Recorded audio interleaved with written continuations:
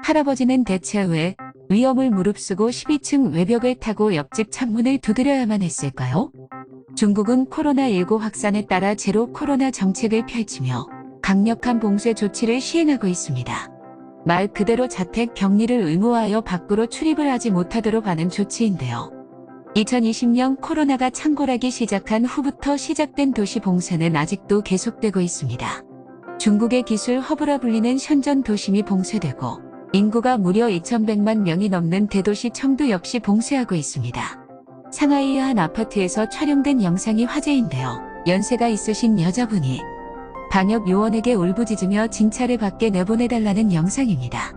방역 요원은 자리에 무릎을 꿇고 항복하듯 두 팔을 벌린 채 나도 어쩔 방법이 없다.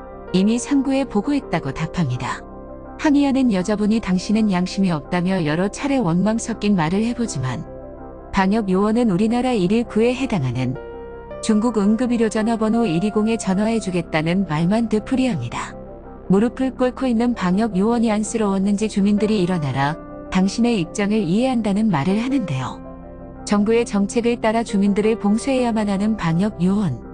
격리 조치로 아픈 몸을 치료조차 받지 못하는 여자분 모두 너무나 안타까운 상황입니다.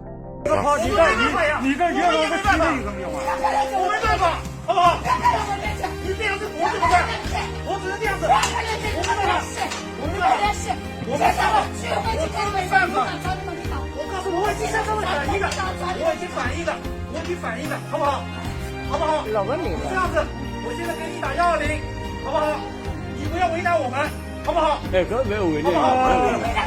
不要为难我们！打药，你打药，你打药去，没问题吧？啊，你起来，起来，起来！我们理解你，理解你。起来，起来，起来！我们理解你，理解你。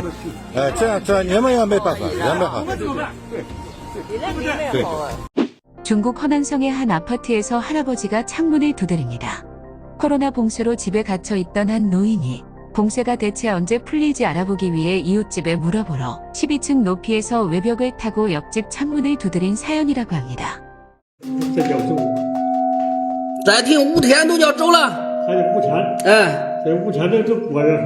哎，我也一个人把辛苦住着，要不然。中别说话了，别说话了，走点儿。好，扶好，扶好，走点儿。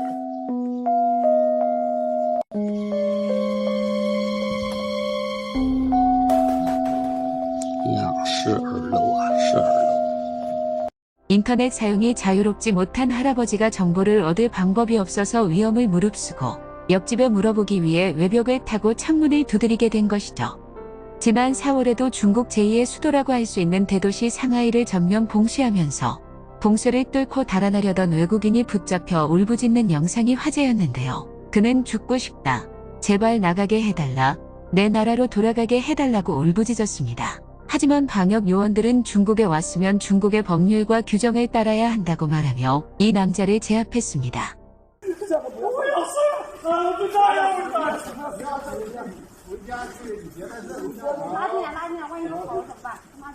你来中国，你要遵守这边的法律规定，知道吧？来，扶起来，扶起来。这原来坐完这里。啊，我的。Je me suis suicidé, je vais y arriver. Je vais y arriver. Je vais y arriver. Je vais y arriver. C'est pas grave. 我要死了！你们不是我，不是我死了！我要死了！不是我，按在地上。I want to die! I want to die! I want to die! No one care! No one care! No one care! 按到地上，不。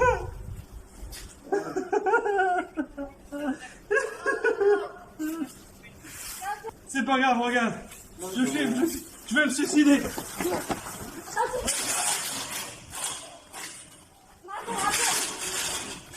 他妈真的是神经病，他妈真的他妈他要那些。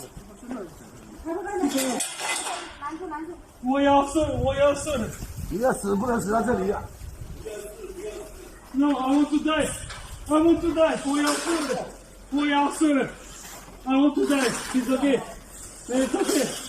It's okay. 没问题。 제로 코로나 정책의 문제는 다른 방식으로도 나타났는데요. 상하이 한 병원의 간호사가 하이난성 사냐시에서 상하이로 돌아오는 여행객들을 격리 이동시키는 와중에 말도 안 되는 대처로 엄청난 반발을 받았습니다. 이동 중 화장실에 가고 싶다고 하자 빈 통을 버스 안에 주면서 볼일을 보라고 했던 건데요. 버스에 타고 있던 사람들은 우리를 가축으로 여기는 거냐, 우리가 돼지냐, 당신이 먼저 시범을 보여봐라며 강력하게 항의했습니다. 你把我们当猪啊？你当牲口呢？对呀，你上厕所是这么上的吗？来，你上来，上一个，上来，上来。你来示范一下，你尿给我看。我们有房子，我们是把我们当猪吗？我们到上海都是有住所的，我们可以居家隔离的，我们不一定要住在你们酒店的。你让我们上车，你要上你就上。来，开视频，开视频，不是，你当我们是猪？你当我们是什么？你当我们是什么？ 이런 사건뿐만 아니라 황당한 정책을 펼친 사례도 있었습니다. 수도 베이징에서 가까운 허베이성 청더시는 방역 연자제를 발표했다가 역풍을 세게 맞았습니다. 유증상자가 동선을 숨기거나 역학조사에 협조하지 않을 경우 본인뿐만 아니라 3대에 걸쳐 불이익을 주겠다는 내용이었습니다. 결국 여론의 문매를 막고 하루 만에 철회했습니다. 이런 이해할 수 없는 방역 조치에서 중국의 경직된 관료 조직의 단면이 엿보입니다. 애플, 삼성전자 등 굴지의 대기업들이 탈중국을 선언하며 인도 등 다른 나라로 발걸음을 돌리고 있는 상황에서 중국의 봉쇄 조치는 더 많은 기업들이 중국을 떠나게 만들고 있습니다. IT 기업 등은 재택근무를 인정해주고 있지만 식당 등 현장에서 일을 해야만 하는 현장직 종사자들은 봉쇄 조치로 인해 직장을 잃는 등 제로 코로나 정책의 피해를 온몸으로 받고 있습니다. 대체 중국은 왜 이렇게까지 봉쇄를 이어가고 있을까요? 코로나 확산을 막기 위해서라기보다는 시진핑 주석의 세 번째 연임을 위해 국민을 통제하며 권력의 힘을 보여주는 조치라고 판단하는 사람들이 많습니다. 특히 시진핑 주석의 대관식으로 불리는 20차 공산당 전국대표대회가 10월 16일 개막됩니다. 당대회를 앞두고 제로 코로나만큼은 꼭 지켜내야 한다는 절박한 분위기가 읽힙니다.